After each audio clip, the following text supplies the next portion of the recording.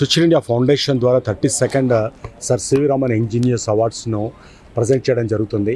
అంటే అబ్దుల్ కలాం గారి ఇన్స్పిరేషన్ తోటి మేము ఓన్గా talent search examination first class నుండి 10th క్లాస్ వరకు mathematics and science and general English and general నాలెడ్జ్లో 100 క్వశ్చన్స్ను జూన్లో అనౌన్స్ చేసేసి డిసెంబర్లో మేము ఎగ్జామ్ కండక్ట్ చేసి జనవరిలో అనౌన్స్ చేసేసి ఫిబ్రవరిలో అవార్డ్స్ను అందులో టాపర్స్కి వచ్చిన వాళ్ళందరినీ ఈ రోజున ఇక్కడికి ఇన్వైట్ చేసి చేయడం జరుగుతుంది. దాదాపు 1,00,000 మంది స్టూడెంట్స్ 2 తెలుగు స్టేట్స్లో ఈ ఎగ్జామ్ రాశారు.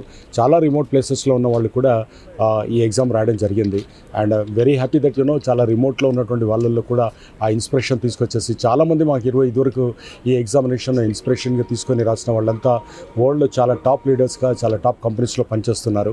సో బేసిక్గా ఎడ్యుకేషన్ అనేది చాలా ఇంపార్టెంట్. అందులో మారుమూల అంటే కాన్వెంట్ ఎడ్యుకేషనే కాకుండా మారుమూల పల్లెటూళ్ళలో ఉన్న వాళ్ళకి కూడా ఒక రకమైనటువంటి ఇన్స్పిరేషన్ అండ్ ఐడియా అంటే వాళ్ళకి ఎలా ఉండాలనేటువంటి గైడెన్స్ అవసరం. ఆ గైడెన్స్ ఇవ్వడానికి స్విచ్ ఇండియా ఫౌండేషన్ ఈ ఎగ్జామ్ కండక్ట్ చేసి C Raman engineers science olympiad science అవార్డ్స్ను ఈరోజు ప్రజెంట్ చేయడం జరుగుతుంది.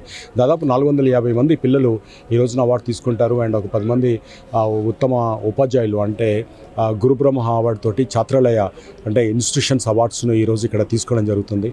సో ఇక్కడ 2 రాష్ట్రాలకు సంబంధించిన ప్రతి జిల్లా నుంచి ఫస్ట్ క్లాస్ నుంచి 10th క్లాస్ వరకు టాపర్స్ అంతా ఈరోజు రావడం మినిస్టర్ గారు తుమ్మల నాగేశ్వరరావు గారి చేతుల మీదుగా and very senior actor and talented actor Rao Ramesh గారి చేతుల మీదుగా ఈ రోజున ఇక్కడ తీసుకోవడం అనేది చాలా హ్యాపీగా ఉంది.